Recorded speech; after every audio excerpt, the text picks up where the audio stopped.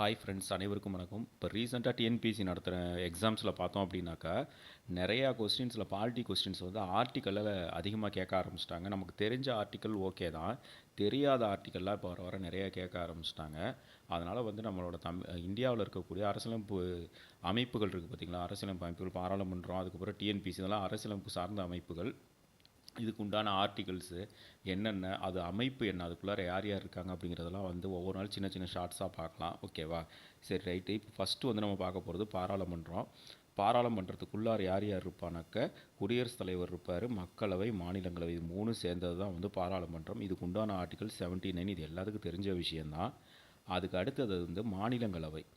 மாநிலங்களவையில் எத்தனை பேர் இருக்கலாம்னா, அதிகபட்சமாக 250 உறுப்பினர்கள் இருக்கலாம். இதுக்கு உண்டான ஆர்டிகல் 80. ஓகேவா? பாராளுமன்றம் 79, மாநிலங்களவை 80. அடுத்தது மக்களவை. மக்களவையில் அதிகபட்சமாக எவ்வளோ பேர் இருக்கலாம் அரசியலமைப்பு சொல்லியிருக்கு அப்படின்னா 550 உறுப்பினர்கள் இருக்கலாம். ஆனால் இப்போ இருக்கிறது 543 பேர் தான், இது நமக்கு தெரியும்.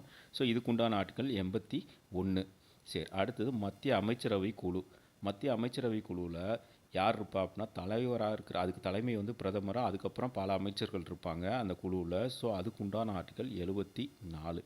ஸோ 79, 80, 81, 3 வரிசையாக இருக்குது. பாராளுமன்றம், மாநிலங்களவை, மக்களவை, அதுக்கப்புறம் மத்திய அமைச்சரவை குழு வந்து 74.